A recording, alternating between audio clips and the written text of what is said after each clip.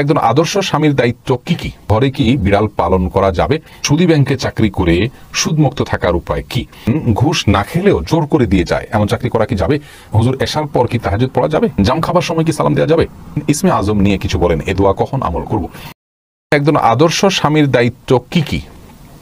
একজন আদর্শ স্বামীর দায়িত্ব হলো তার স্ত্রীর শারীরিক চাহিদা পূরণ করা, তার স্ত্রীর আর্থিক চাহিদা অর্থাৎ ভরণ পোষণ এগুলোর ব্যবস্থা করা, তার সাথে সুন্দর আচরণ করা। আল্লাহ বলেছেন ও আশিরুহুন্না বিল মারুফ, তোমরা স্ত্রীদের সঙ্গে যথাযথভাবে বসবাস করবে, সামাজিক যে তাদের মর্যাদা আছে সেটাকে লক্ষ্য করে বসবাস করবে, গালমন্দ করবে না, অযথা তাকে কষ্ট দিবে না এবং অযথা প্রহার করবে না এবং তার প্রতি অসম্মান অশ্রদ্ধা এরকম কোনো কিছু করবে না, যথাসম্ভব তার কাজে হেল্প করবে। রাসূল করিম সাল্লাল্লাহু আলাইহি সাল্লাম স্ত্রীর কাজে হেল্প করতেন, মন খারাপ হলে তাকে সময় দেওয়া, এগুলো সবগুলো আদর্শ স্বামীর দায়িত্ব।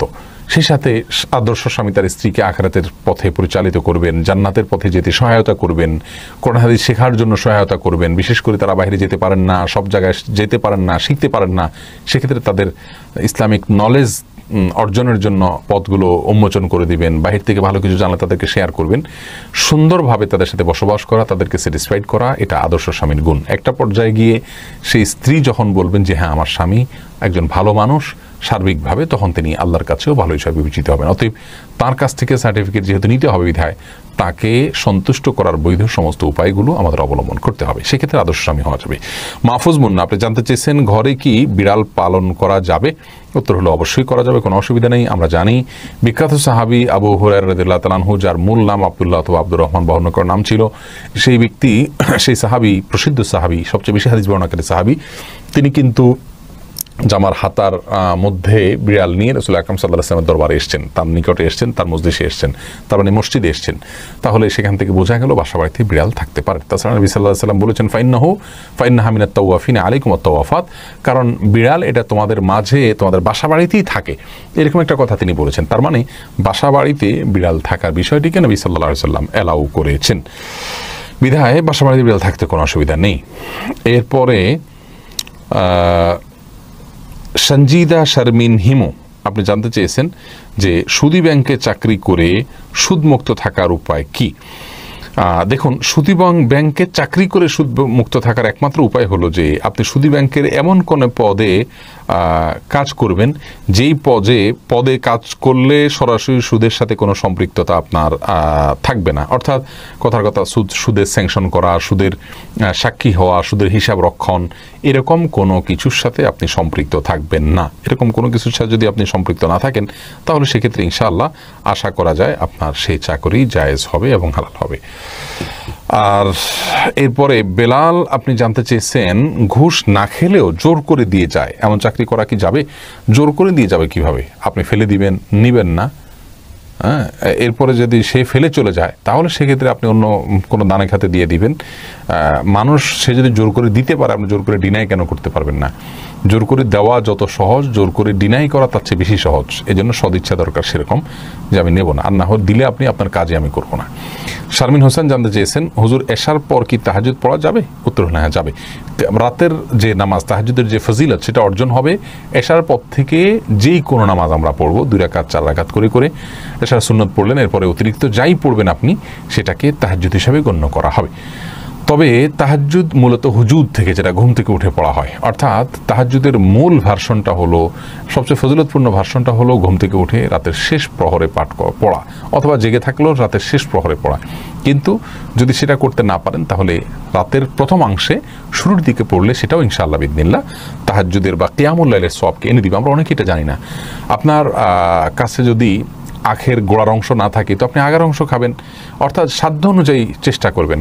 আমরা কিন্তু সারা বছর তাহাজ্জুদ পড়ার সওয়াব পেতে পারি, শুধুমাত্র শোয়ার আগে 2 রাকাত করে 4 রাকাত নামাজ পড়ে আপনি শুয়ে যান, ভোর রাতে উঠতে পারেন না আপনি, তো সন্ধ্যা রাত্রে পড়ার অভ্যাস করেন, সেটাও উত্তম হয়। বিতিরটাকে শেষে পড়েন, 2 রাকাত 4 রাকাত নামাজ পড়ে বা 6 রাকাত 8 রাকাত যতটুকু তৌফিক করে পড়ে, এরপরে আপনি বিতিরটা পড়ে তারপর শুয়ে যান, ইনশাআল্লাহ ওইটুকু আপনাকে কিয়ামুল লাইলের সওয়াব এনে দিবে। এরপরে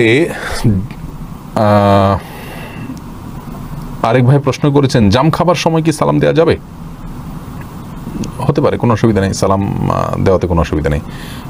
বোধহয় এই ভদ্রলোকের নাম সঠিকভাবে আসে না, দুঃখিত। খাবার সময় সালাম দেওয়া যাবে কিনা? খাবার সময় সালাম দেওয়া নেওয়া করা যাবে, কোনো অসুবিধা নেই। শাহনাজ নাজনীন আপনি জানতে চেয়েছেন ইসমে আজম নিয়ে কিছু বলেন, এ দোয়া কখন আমল করব?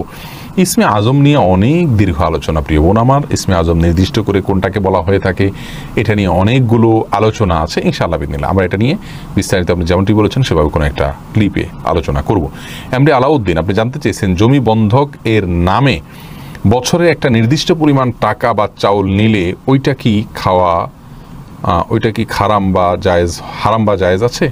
জমি বন্ধকের নামে বছরে একটা নির্দিষ্ট পরিমাণ টাকা বা চাউল নিলে, দেখুন জমি বন্ধক নেওয়া দেওয়া এটা তো জায়েজ, মৌলিকভাবে এটা ইসলামী শরিয়াতে অ্যালাউড একটি বিষয়, আমরা জমি বন্ধক নেওয়া দেওয়া করতে পারবো। কিন্তু বন্ধক রেখে বেনিফিট নেওয়া, অর্থাৎ একজন আমার কাছে জমি বন্ধক রাখলেন, তার জমিটা আমি ভোগ করলাম, এটার ভোগ করাটা এটা জায়েজ নাই। তার কারণ হলো এটা কিন্তু এক প্রকারের আপনার সুদ সরাসরি বলা যাবে না,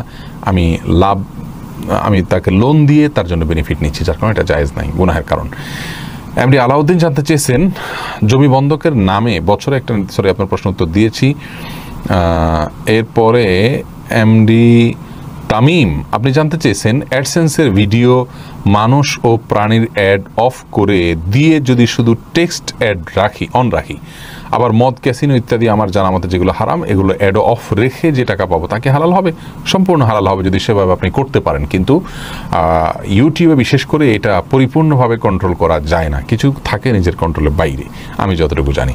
যদি এরকম কন্ট্রোল করা যায় তাহলে সেক্ষেত্রে সম্পূর্ণ হালাল, কোনো অসুবিধা নেই। রূপালী বিনতে জামাল আপনি জানতে চেয়েছেন ফাঁকা দাঁতে ক্যাপ লাগালে বা নকল দাঁত লাগালে অজু হবে কিনা? উত্তর হলো হ্যাঁ, অজু হয়ে যাবে। দাঁতের প্রতিটি চিপায় ফাঁক করে আপনাকে পানি পৌঁছাইতে হবে, তার জন্য কসরত করতে হবে, এরকম কোনো কথা নেই, আর এটা কোনোদিন সম্ভবও নয়। প্রত্যেকটা দাঁতের মধ্যবর্তী যে চিপা আছে সেখানে পানি পৌঁছানো এটা কোনো সহজ কাজ নয়, অতএব এটা শরীয়ত আমাদেরকে নির্দেশ করেন। আল হারজু মাদফু, ইসলামী শরীয়তের একটা মূলনীতি হলো যে জিনিসটা আমাদের জন্য খুব কষ্টকর হয়, যে জিনিসটা আমাদের জন্য খুব ঝামেলার হয়ে যায়, সেটা কিন্তু ইসলাম আমাদেরকে করতে বাধ্য করে না।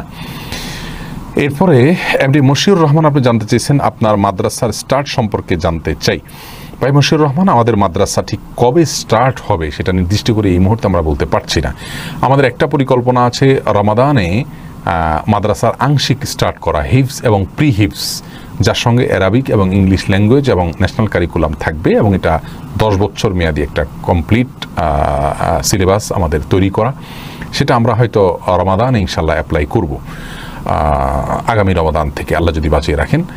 আর সেটা পরিপূর্ণভাবে কতটুকু সম্ভব হবে সেটা আরেকটু সময় লাগবে বলতে। যদি সেটা সম্ভব না হয় তাহলে ইনশাআল্লাহ ফুল ভার্সনের যে প্রতিষ্ঠান আমাদের স্বপ্নের, সেটা ইনশাআল্লাহ পরবর্তী জানুয়ারিতে, অর্থাৎ আগামী 2 মাস পরে 3 মাস পরে যে জানুয়ারি আসছে তার পরবর্তী জানুয়ারি 22শে জানুয়ারিতে আমরা শুরু করবো ইনশাআল্লাহ বিসমিল্লাহ। যেহেতু একটা বৃহৎ পরিকল্পনা নিয়ে আমরা কাজ করছি এবং ভিন্ন ধাঁচের কিছু দিতে চাচ্ছি, রাত দিন আমরা কাজ করে যাচ্ছি, আমাদের টিম কাজ করে যাচ্ছে সিলেবাস ডেভেলপমেন্ট সহ অন্যান্য বিষয়গুলো নিয়ে, ভিন্ন কিছু জাতিকে উপহার দেওয়ার জন্য একটু সময় আমরা নিচ্ছি। বিশেষ করে করোনার কারণে 7-8 মাস কাজ পিছিয়ে ছিল, তা না হলে এই জানুয়ারিতেই আমরা যথাযথভাবে সবগুলো বিভাগ শুরু করবো এরকম প্ল্যান ছিল। তাহলে ইনশাআল্লাহ হিফজ এবং প্রি হিফজের জন্য হয়তো আরও কয়েক মাস আমাদের অপেক্ষা করতে হবে, অথবা পরবর্তী জানুয়ারির জন্য অপেক্ষা করতে হবে ইনশাআল্লাহ। তার আগে আমরা ঘোষণা দিয়ে ফেলবো আপনাদেরকে খুব শীঘ্রই ইনশাআল্লাহ বিদিনিল্লাহ। এরপরে ফারহানা হক দিবা আপনি জানতে চেয়েছেন ফরজ নামাজের সিজদায় কি বাংলা দোয়া করা যাবে? উত্তর হলো না, ফরজ নামাজের সিজদায় বাংলা দোয়া করবেন না। দেলোয়ার হোসেন জানতে চেয়েছেন আমি একজন ব্যবসায়ী, অনেক সময় অনেক ইলেকট্রিশিয়ানদের কাস্টমার নিয়ে আসলে কমিশন দিতে হয়, সেটা কি ঠিক? দেখুন, কোনো ইলেকট্রিশিয়ান যদি কাস্টমার নিয়ে আসেন তাহলে সেক্ষেত্রে কাস্টমারকে নিয়ে আসাটা, এটা যদি তার কোনো দায়িত্বের মধ্যে না থাকে, তিনি যে কাস্টমারকে নিয়ে আসছেন তার চাকরি করছেন না তিনি, বরং কাস্টমারকে একটা দোকান দেখানো দরকার, উনি দেখাই দিলেন। যার কাছে মালটা বিক্রি করছেন আপনি, তিনি যে কাস্টমার নিয়ে আসলেন তাকে যদি অতিরিক্ত তার কাছে কোনো টাকা না নেন বা ন্যায্য মূল্যই নেন, তাহলে সেক্ষেত্রে ওই ব্যক্তিকে আপনি টাকা দিতে পারবেন। সে কেমন যেন আপনার সেলসম্যান, অর্থাৎ সে আপনার হেল্প করছে, আপনি তাকে সেলসম্যান হিসাবে নিয়োগ দিলেন এবং ওই কাস্টমারের সাথে তার কোনো চুক্তি নেই, তার কোনো লেনদেন নেই, মানে এই আনা নেওয়ার ক্ষেত্রে অন্তত, সেক্ষেত্রে কোনো অসুবিধা না, তাকে যদি আপনি কমিশন দেন। আর যদি অতিরিক্ত মূল্য নিয়ে সেখান থেকে কাস্টমারকে আপনি দেন এবং অন্য জায়গার চাইতে আপনার কাস্টমারকে তো না, আপনার ওই ব্যক্তিকে যিনি আপনার মধ্যস্থতা করছেন বা কাস্টমার নিয়ে আসছেন তাকে দেন, তাহলে এটা গুনাহ হবে। আর তাছাড়া তিনি যদি এই কাজ করে নিজে লাভবান হচ্ছেন, কাস্টমারকে প্রপার ডিরেকশন না দেন, তাহলে সেক্ষেত্রে তিনি প্রতারণার গুনাগার হবেন, মানে কাস্টমার নিজে।